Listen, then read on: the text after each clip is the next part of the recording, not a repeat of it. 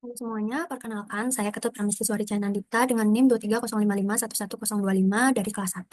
Di video kali ini saya akan menjelaskan langkah awal dari tugas perencanaan geometrik jalan, yaitu penentuan titik, pembuatan kontur, sekaligus menentukan kriteria desain.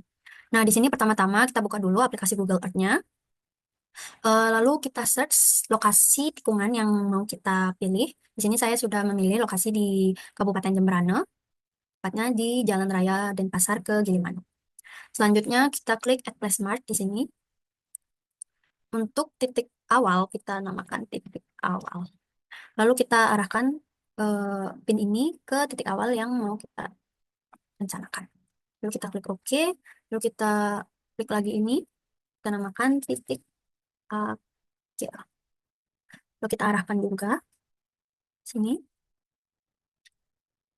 Diusahakan untuk menentukan jarak titik awal, titik akhir itu panjang. Di sini saya memperkirakan ini 1,6 meter. Jadi jangan pendek untuk agar proses selanjutnya tidak ada kendala. Oke, oke. Selanjutnya kita buat garis jalan. Jalan. Kita klik dari lokasi titik awal hingga titik akhir, mengikuti jalan titik akhir. Akhir. Lalu oke. Selanjutnya kita membuat kontur. Kita beri nama daerah kontur. Kita klik saja. Nah, untuk style color, kalian di sini bisa opacity-nya diberi 50%. Dan untuk pewarnaannya bebas. Klik oke. Setelah menentukan titik dan kontur, kita perlu menyimpan semua elemen ini satu persatu dengan mengklik kanan. Oh ya, sebelumnya di sini saya sudah merencanakan titik awal, titik akhir, garis jalan, dan daerah kontur sebelumnya. Jadi yang tadi kita bikin nggak saya pakai, kita pakai yang sudah saya bikin sebelumnya. Caranya sama, seperti ini. Lalu kita save dengan klik kanan, lalu save plus as. Kita taruh di folder. Kita beri nama titik akhir. Kita save dengan tipe KMZ. Kita save aja. Lalu titik awal juga. Save. Terus garis akhir, garis jalan juga, sorry. Save plus as. Kita save. Lalu daerah kontur juga kita save. Nah, jika sudah, kita langsung lanjut ke aplikasi Global Mapper. Ini aplikasi Global Mapper. Lalu kita klik Open Data Files.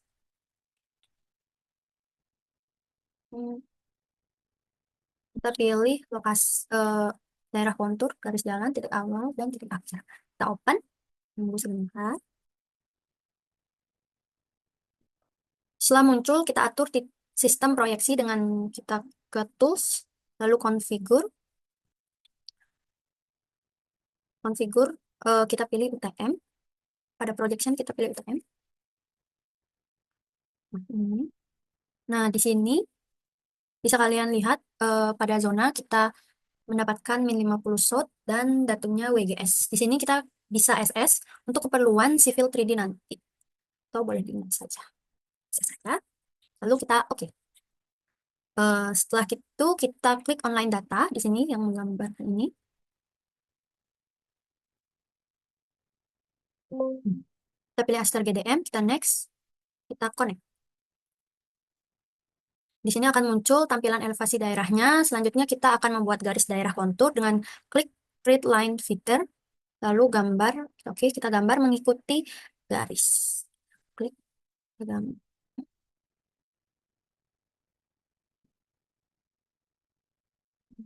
Garis, lalu kita klik kanan untuk mengakhiri garis. Lalu kita beri nama daerah kontur. Ada fitur layer, kita pilih daerah kontur KMZ. Lalu kita klik exit, skip. Lalu kita klik kontur garis kontur yang tadi kita buat. Lalu pada bagian kanan kita klik 2 kali pada Aster GDM. Lalu pada cropping kita pilih crop to current select option.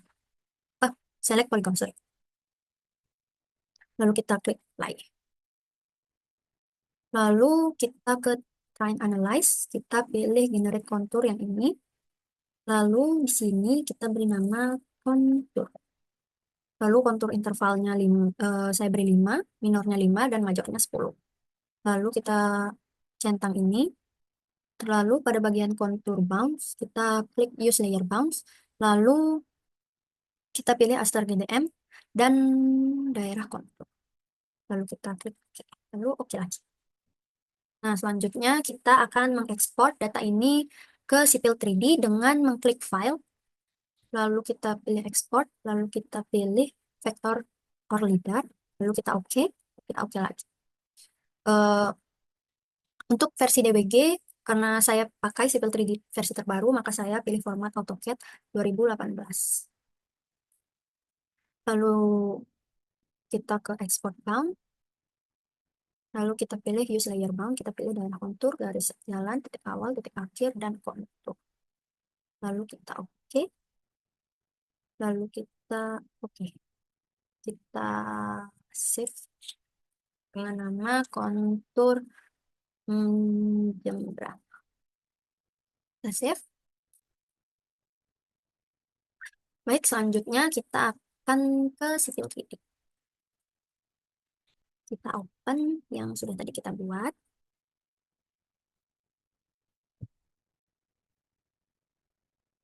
Ini kita kan kontur jembatan. Continue open DWG. Kita bisa hapus background konturnya. Kita bisa tekan delete.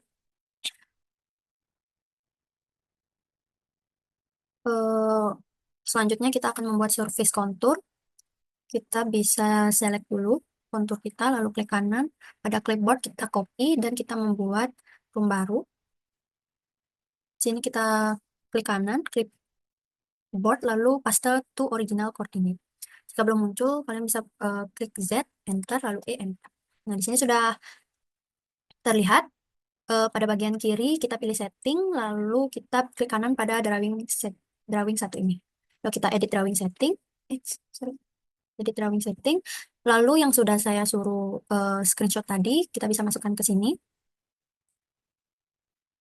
Kita pilih UTM WGS 84 tadi, lalu ini kita 50 sub yang sudah kita cari tadi di Pulau Barometer.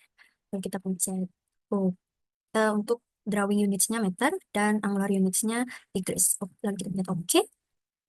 Lalu kita masih select konturnya. Pada prospektor, kita bikin surface dengan create surface. Ini klik kanan, lalu create surface. Lalu kita bernama kontur 1. Oke. Lalu pada surface kita klik tanda plus di sini. Pada kontur juga klik, lalu definition. Lalu kita pada kontur klik kanan, kita add. Lalu kita oke saja. Ini masih error karena tadi kita mundur aja, sorry. Karena ini masih ada salah. Ulang. Oke, kita definition, kita select, tapi kita unselect pada bagian garis jalannya. Sama ini. Kita pencet shift ya untuk unselect. Select.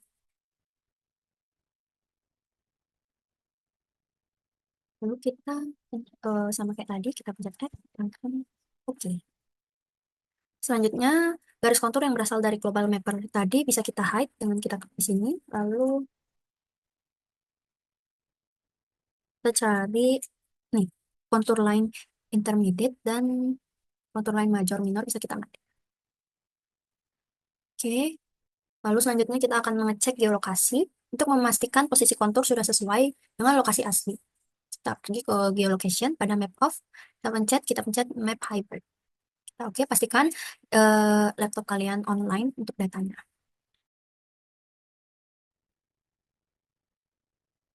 Maka di sini akan terlihat bahwa kontur dan tikungan yang kita ambil sudah sesuai dengan lokasi yang sebenarnya. Kalau sudah, kita bisa map off aja. Baik, sekarang kita akan masuk ke pembuatan kriteria desain. Di sini saya mengacu pada pedoman desain geometrik jalan tahun 2021 serta ASTO tahun 2011. Untuk menentukannya, kita kembali ke Google Earth. Pada jalan saya, di sini adalah di mana berada di batas kota negara sampai ke Cekik, di mana pada pedoman itu adalah termasuk jalan arteri primer. Ini arteri primer itu cekik sampai ke batas kota negara. Hmm, dan tipe jalannya adalah 2/2 tak terbagi. Kita ke Excel. Nah, untuk kecepatan rencananya di sini kita belum bisa ketahui karena kita belum tahu klasifikasi medannya. Untuk mengetahui klasifikasi medannya, kita lanjut ke sipil 3D. Eh, kita akan masuk ke tahap pembuatan trase alternatif. Pada pembuatan trase alternatif ini diusahakan agar kita tidak terlalu banyak memotong kontur tanah supaya pekerjaan galian dan timbunan bisa diminimalkan. Selain itu, hal ini juga bertujuan agar trase jalan tetap mengikuti bentuk alami medan sehingga lebih efisien dari segi biaya dan waktu pelaksanaan. Nah, untuk proyek yang saya kerjakan, saya sudah menyiapkan garis. Saya sudah menyiapkan satu garis atau line sebagai acuan dasar yang saya gunakan untuk membuat trase alternatif ini. Garis ini saya buat.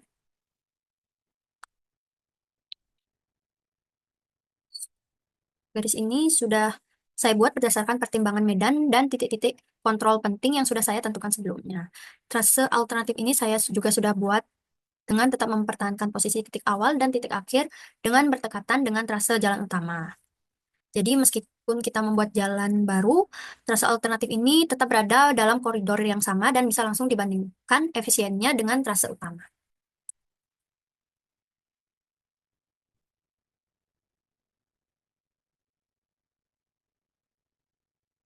Sini kita buat satu tikungan. Nah, di sini kalian bisa lihat bahwa trase alternatif yang saya bikin itu tidak terlalu banyak memotong garis kontur. Saya hapus. Lalu, eh, untuk membuat trasenya, kita bisa pergi ke Alignment Creation Tools. Lalu kita beri nama trase. Kita abaikan desain kriterianya karena kita masih belum tahu kecepatan kita. Lalu kita pilih oke. Kita pilih tangan-tangan approve. Kita klik pada bagian titik awal, hitungan 1 dan titik akhir. Kita klik kanan. Selanjutnya kita pencet X dulu, lalu kita offset bagian alignment-nya, kita create offset, lalu kita pilih trace. Lalu kita beri nama di sini offset trace. Kita beri jarak 5 meter ke kanan dan 5 meter ke kiri. Lalu kita oke. Nah, di sini untuk mempermudah pembedaan offset, kita beri nama masing-masing offset. Kita klik offset kiri terlebih dahulu, lalu kita pergi ke alignment properties. Kita beri nama offset trace kiri. Begitu pula yang kanan, kita beri nama offset trace kanan. Oke. Sekarang kita masuk ke penggambaran profil. Kita pilih create surface profile. Kita pilih trase kiri terlebih dahulu, select surface-nya kita kontur 1, lalu kita add. Di sini kita ubah jadi static, lalu draw in profile view, lalu create profile view. Lalu kita pilih ke tempat kosong. Nah, di sini kita bisa edit untuk arsirannya dengan klik profilnya, lalu klik kanan, lalu kita ini. Nah, kita pada grid, kita pencet ini, klik vertical grid dan klik horizontal grid. Lalu kita oke. Nah, kita lakukan yang sama untuk trase offset trase kanannya. Untuk add, kita static down lagi. Lalu kita create, lalu kita taruh di tempat kosong juga. Nah, di sini. Sekarang kita perlu menggambarkan bentuk profilnya dengan mencari profil Creation Tools, lalu kita bikin dulu untuk yang kiri, lalu kita pilih profil trase kiri. Kita oke, kita pakai raw tangan. Di sini kita bisa zoom, kita gambar mulai dari titik awal, titik akhir. Di sini tidak boleh salah, karena nanti jika salah nanti akan bermasalah untuk datanya, data topografinya nanti. Kita bentar. Nah, kita lakukan hal yang sama juga untuk yang kanan.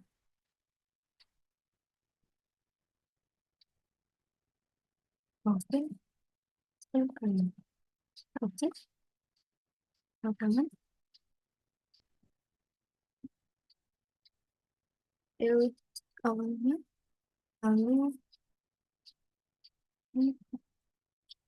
enter.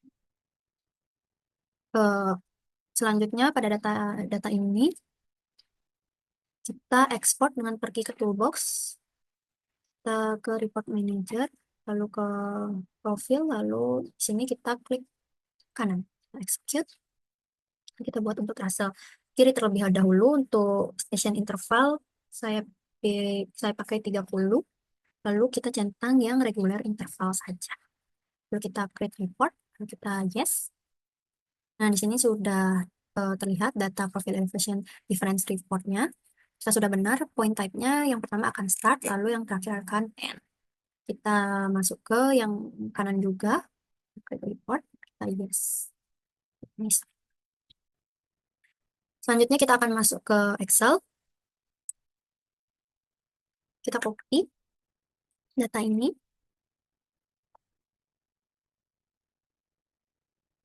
lalu kita tempel pada topografi sipil. Jadi kita offset ini, lalu Ctrl V, lalu kita lakukan hal yang sama juga untuk yang kanan.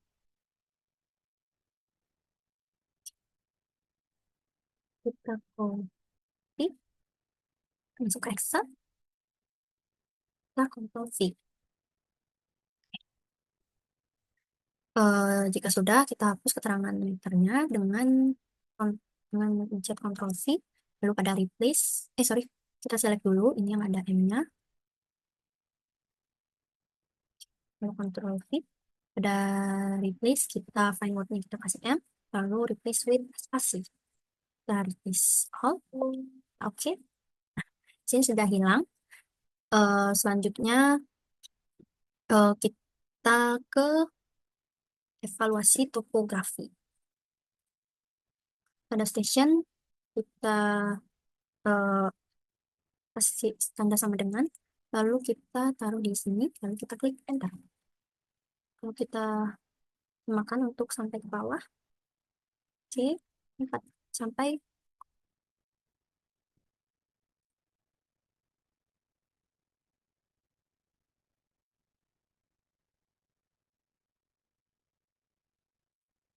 selanjutnya kita ke elevasi yang kiri sama seperti tadi. Lalu yang kiri kita elevation existing. Enter. Lalu kita pencet sampai. Nah, oke, yang sekarang yang kanan.